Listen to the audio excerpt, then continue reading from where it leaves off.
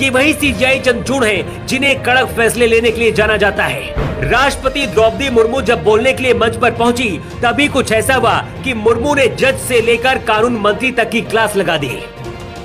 कानून मंत्री और सीजीआई चंद्रचूड़ के सामने ही द्रौपदी मुर्मू ने कहा, न्याय पाना काफी जटिल काम होता है, इसे और आसान करने की जरूरत है।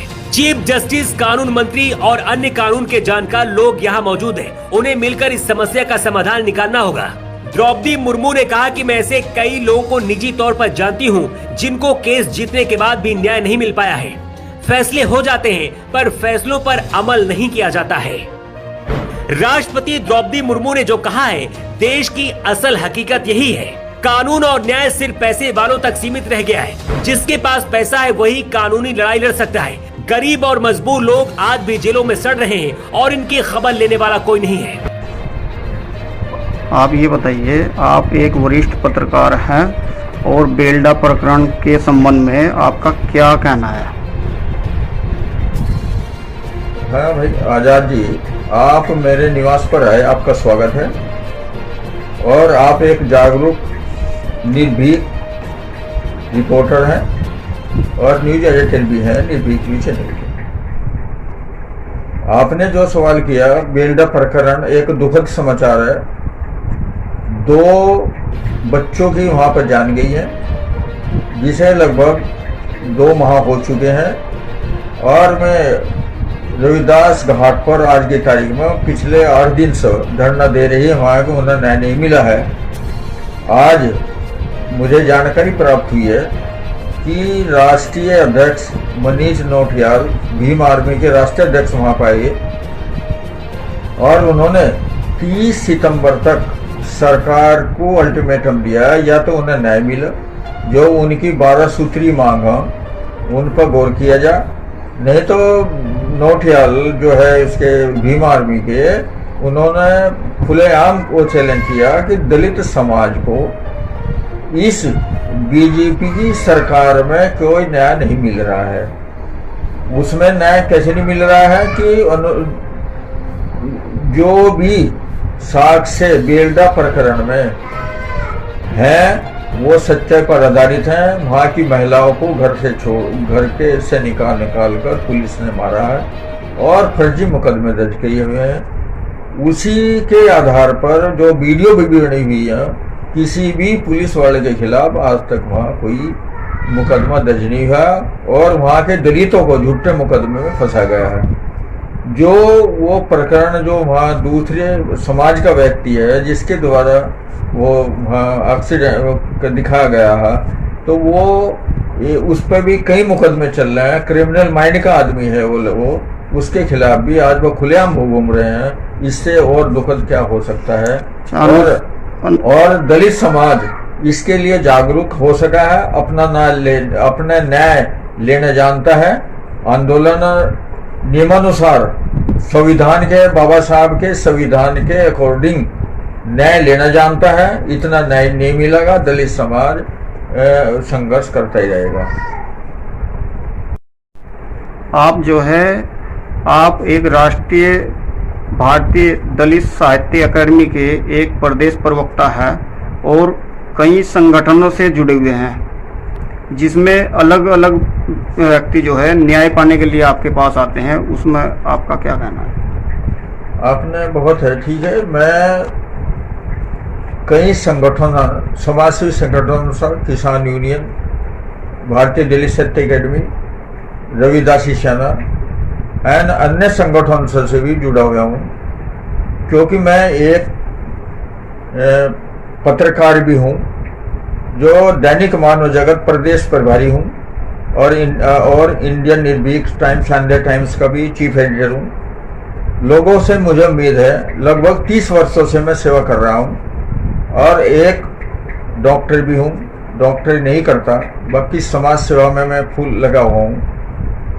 आपने सवाल किया कि किस स्तर से, एक तो नंबर 1 में पत्रकारिता के माध्यम में जो भी अगर किसी व्यक्ति का, वो किसी भी वर्ग का हो, उसका कोई अधिकारी कर्मचारी उत्पीड़न कर रहा है, तो मैं सबसे पहले उसके खिलाफ समाचार प्रकाशित करता हूं और उससे पहले तो व्यक्तिगत मिलता हूं। फिर अगर वो नहीं मानता, उसकी जो समस्या है, जायज समस्या है, उसका मैं प्रकाशन करता हूँ। इससे यह है कि लगभग हर महीने कम से कम 30-40 व्यक्ति के आवेदन मेरे पास आ जाते हैं, जिनमें हर विभाग के माध्यम से, चाहे वो अनुसूचित जाति आयोग हो, मानव अधिकार आयोग हो, महिला आयोग हो, अन्य अगर मैं गरीब हूँ तो उनके यहाँ आवेदन उनके करवाता हूँ और उनसे न्याय की गुहार करवाता हूँ। बाकी मैंने देखने में मिला है कि गरीब व्यक्तियों को, चाहे वो न्यायपालिका हो, वो न्यायालय हो,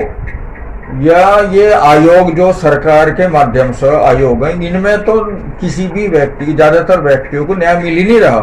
उनका टाइम खराब, 6 महीने एप्लीकेशन उनके यहाँ मुकदमा दर्ज हो रहा, कोई भी एक अधिकारी उनके उस पे एक नोटिस पे नहीं आता और वह मजबूर होकर उन्हें छोड़ देते हैं। जिनका रिकॉर्ड मेरे पास मौजूद है, 50 आवेदन मेरे पास है। अनुसूचित आयोग उत्तराखंड की मैं बात करता हूँ कि RTI के तहत हम जो ना कुछ व्यक्तियों ने सूचना मांगी।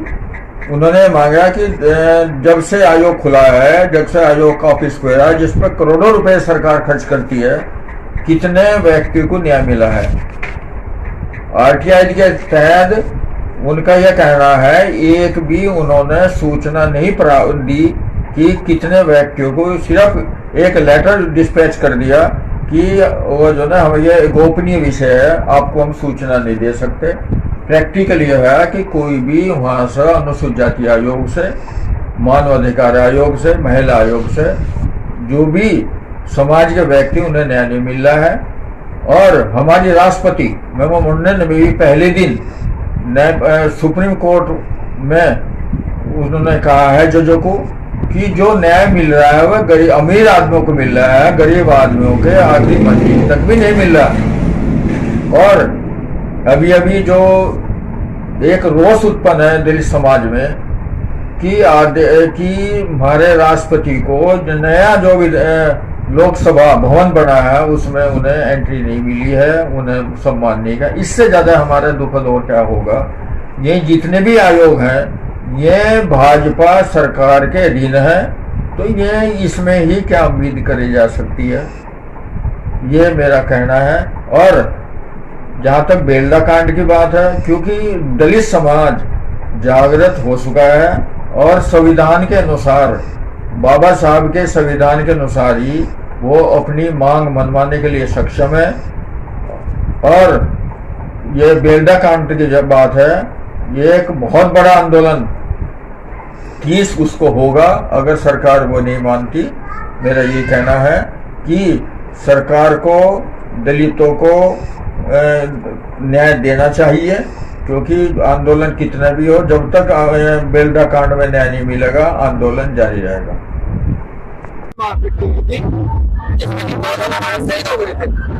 और सरकार के तानाशाही में जो लोग हमारे शहीद हुए, जो लोग मर गए थे, हमारे लोगों पर मुकदमे लेके सरकार ने एक भाई पर हमारे इनाम रख दिया गया, हमारे लोग जेल में थे। तो सरकार हमें जब ये लगा सरकार नहीं कर रही, हमने प्रशासन के लोगों से ये बात करना चाहा कि हमारे साथ में न्याय हो। हमने प्रशासन को बार बार ये मैसेज किया कि हम लोग चाहते हैं कि न्याय आप न्याय करें, लेकिन प्रशासन ने झूठे आश्वासन दिए। हमने मजबूरन महापंचायत का ऐलान किया था, आप सब लोग जानते हैं। और जिस महापंचायत में हमने कहा था कि प्रदेश सभी प्रदेशों के लोग न्याय कराने के लिए महापंचायत पहुंचे, सरकार का प्रभाव की उस दिन उत्तराखंड बंद होता। सरकार ने 2 दिन पहले हमें डरकर सरेंडर किया कि जो लोग हमारे बुजुर्ग लोग बैठे हैं, इस प्रदेश के मुख्यमंत्री ने कहा कि हम जो आप कहोगे हम आपकी डिमांड मान लेंगे। हमारे समाज के